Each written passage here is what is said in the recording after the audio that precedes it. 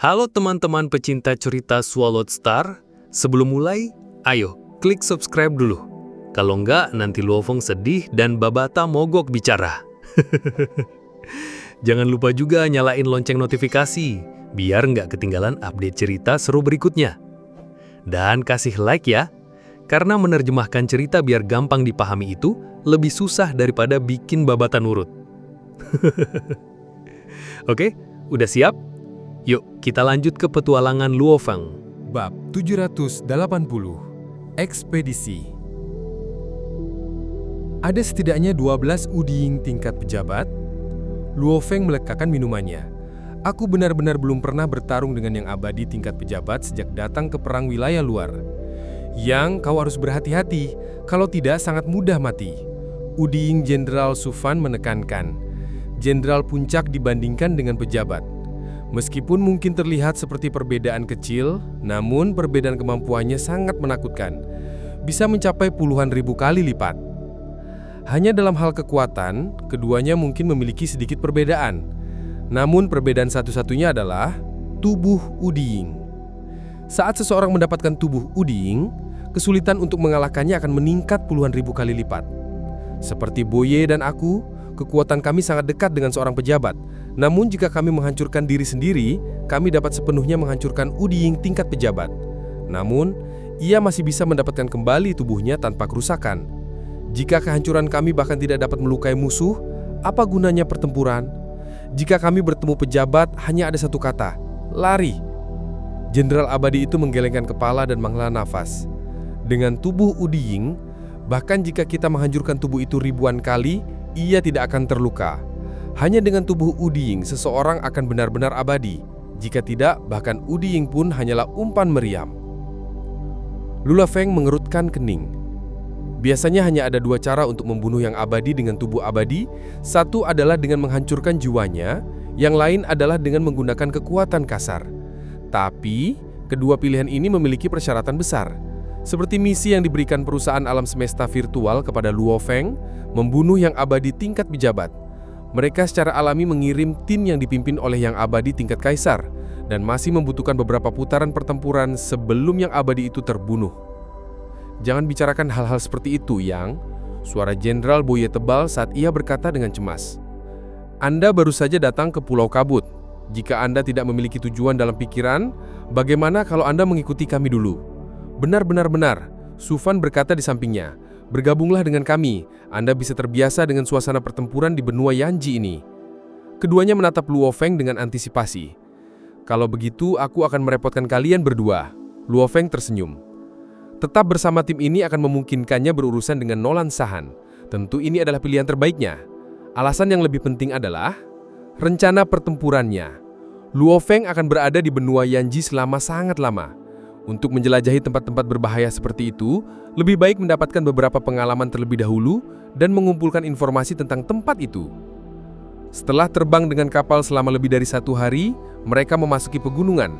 Awan menyelimuti area. Inilah alasan area tersebut disebut Pulau Kabut karena lebih dari sepertiga pulau itu tertutup kabut tebal sepanjang tahun. Kami sudah kembali. Kita selamat dan kita mendapatkan cukup banyak poin kali ini. Itu semua karena kemunculan tiba-tiba prajurit penguasa sektor misterius itu.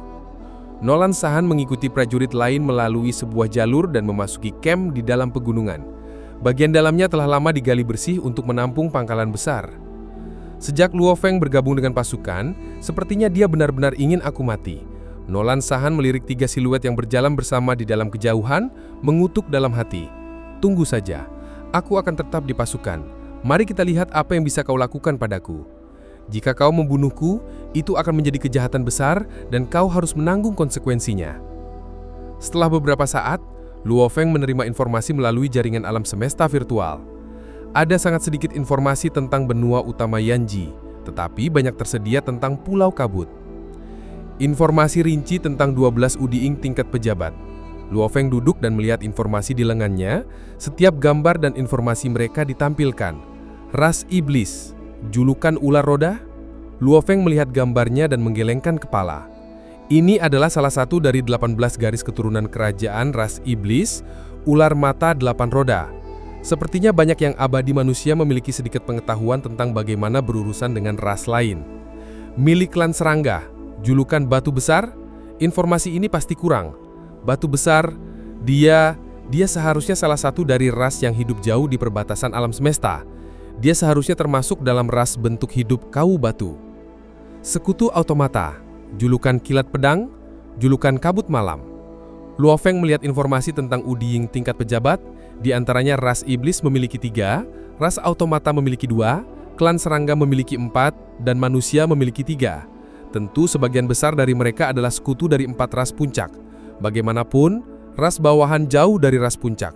Namun setelah jumlahnya bertambah, mereka akan jauh lebih banyak daripada yang abadi ras puncak. Dalam sekejap, 15 hari telah berlalu. Jenderal Shu Fan dan Bo Ye memimpin pasukan mereka di kapal dan terbang dengan hati-hati di atas Pulau Kabut, mencari target mereka. Kali ini mereka sangat yakin, karena Luo Feng juga berada di kapal. Luo Feng, Shu Fan, dan Bo Ye berdiri di ruang kendali. Kami telah menemukan target kita. Shu Fan menarik layarnya dan memproyeksikannya. Itu adalah kumpulan besar makhluk bersisik. Prajurit Kyushi, sekilas ada 10.000 di antara mereka. Makhluk bersisik kecil ini sangat ganas. Bahkan penguasa domain dan penguasa sektor biasa dapat meledak dan mereformasi diri. Dari penampilannya, perangkat pemindaian mereka tidak secanggih milik kita. Mereka memiliki 2 Udiying dan kedua ini bukan dari daftar 12 pejabat. Mereka seharusnya berada di tingkat jenderal. Haruskah kita menyerang? Shu Fan menatap Bo Ye dan Luo Feng. Ya, Bo Ye mengertakkan giginya. Yang, Shu Fan menatap Luo Feng. Aku datang ke sini untuk mendapatkan poin. Luo Feng tersenyum. Ayo kita lakukan. Baiklah. Shu Fan segera memberi perintah ke 3 kabin di bawah. Dengarkan dengan baik. Pertempuran akan dimulai dalam waktu kurang lebih 4 menit. Targetnya adalah makhluk-makhluk bersisik menjijikan itu. Nolan Sahan melihat gambar makhluk bersisik. Mendongak, hanya beberapa makhluk bersisik jelek. Semuanya sebaiknya mendapatkan lebih banyak poin nanti. Baiklah Kapten, mengerti. Penguasa domain dan tingkat alam semesta semuanya menjawab dengan gembira. Luo Feng, aku akan selalu berada di dalam pasukan. Mari kita lihat apa yang bisa kau lakukan padaku. Sebentar lagi, aku akan mendapatkan lebih banyak poin. Nolan Sahan merasa gatal dan tiba-tiba ia mendengar gemuruh. Pintu kabin telah terbuka dan raungan kuat terdengar di benaknya. Dengarkan perintahku, bertempur. Wum. Pasukan besar yang berjumlah hampir 20.000 prajurit dengan cepat terbang melalui jalur kabin yang luas. Nolan Sahan secara alami berada di antara mereka. Rum. Sebuah riakan yang menakutkan jauh melesat, menyebabkan ruang di sekitarnya terkoyak. Riakan itu mengejutkan semua orang. Pertempuran sudah dimulai. Nolan Sahan melirik ke dalam kejauhan. Di udara ada 3 manusia. Salah satunya benar-benar tertutup api, yang lain dalam energi es dingin, dan satu lagi dengan aura burung raksasa, secara bersamaan mengendalikan proyeksi dewa binatang raksasa yang menakutkan. Mereka bertarung dengan 2 Udiying. Salah satunya sangat kuat dan setiap pukulan merobek ruang, dan satu lagi dengan 9 bilah. Makhluk bersisik jelek tak terhitung banyaknya menyerbu ke arah mereka. Bunuh! Prajurit manusia semuanya menjadi lebih dari 10.000 cahaya tahaban dan bertarung. Waktunya mendapatkan poin. Mata Nolan Sahan berkilau gembira. Dia yang sebelumnya telah memperoleh medali kampak jegayang tingkat alam semesta, menikmati pembunuhan di dalamnya. Dia melesat secepat kilat ke arah 2 prajurit Kyushi. Mereka berdua prajurit tingkat domain 9. Mereka mengaung dan mencoba mengepung Nolan Sahan. Melakukan bunuh diri. Nolan Sahan melepaskan proyeksi dunianya dan menekan mereka. Setelah itu 2 kilat bila seperti sayap jangkrik yang halus menyala. Mereka berkilat dalam 8 arah. Kedua prajurit Kyushi itu langsung tercabik-cabik. Itu membuat prajurit Kyushi tingkat penguasa sektor 9 yang jauh mengaung dan menyerbu, menyebabkan Nolan Sahan mundur. Saudara kelima, hati-hati, serahkan berangsalan itu kepada kami. Hubungan terjalin selama bertahun-tahun yang tak terhitung telah membuat para prajurit puncak penguasa sektor secara alami datang membantu. Adegan ini membuat Nolan Sahan senang dalam hati.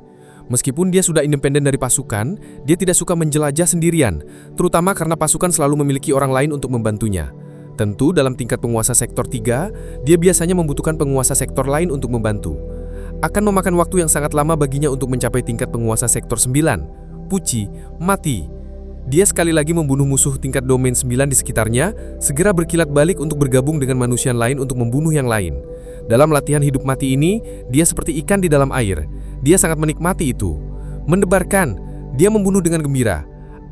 Luo Feng ini sebenarnya tidak mengeluarkan tumbuhan abadinya. Nolan Sahan melirik ke dalam kejauhan, menemukan bahwa Luo Feng telah bertarung beberapa putaran dengan salah satu yang abadi bersisik. Meskipun musuh terluka parah, dia belum sepenuhnya menang. Jika dia mengeluarkan tumbuhan abadinya, dia pasti akan menang. Tanpa itu, akan jauh lebih sulit. Nolan Sahan berbalik untuk melanjutkan pembantaiannya. Melesat lurus ke arah sekelompok prajurit lemah, membuat prajurit Kyushi tingkat penguasa sektor 9 menyerbu dengan marah. Pada saat ini, sebuah kilat pedang yang kuat merobek ribuan kilometer, langsung menembus area di mana Nolan Sahan berada. Dia langsung tertusuk oleh tebasan itu. Seluruh tubuhnya meledak menjadi berkeping-keping. Sebelum mati dia marah merasa dalam hati. Luo Feng! Luo Feng! Tebasan itu merobek banyak prajurit Kyushi kecil yang mengelilinginya. Mereka tebas secara tragis. Dan di udara jauh, Luo Feng yang bertarung dengan yang abadi dengan 9 bilah memperhatikan adegan ini di sudut matanya, menengkuh secara dingin sebelum melanjutkan pertempuran. Aku tidak percaya bahwa tidak bisa membunuhmu tanpa tumbuhan abadi. Luo Feng meraung. Akhirnya selesai juga bab ini. Jujur aja, nerjemahin cerita panjang ini ke bahasa Indonesia yang gampang dipahami itu ngos-ngosan banget. Kalian pasti tahu kan, rasanya baca terjemahan Inggris yang kadang bikin kening berkerut? Nah, makanya aku buatin versi yang lebih enak dan jelas biar nggak pusing. Jadi, bantu aku tetap semangat ya. Caranya gampang kok. Klik tombol like, subscribe, dan nyalain lonceng notifikasi. Kalau nggak, aku bakal malas terjemahin lagi. Tapi cuma sebentar sih. Dukungan kalian itu benar-benar berarti banget. Biar aku nggak ketiduran di depan layar pas nerjemahin bab selanjutnya. Oke, sampai ketemu lagi di petualangan Luo Feng berikutnya. Jangan lupa like dan subscribe ya.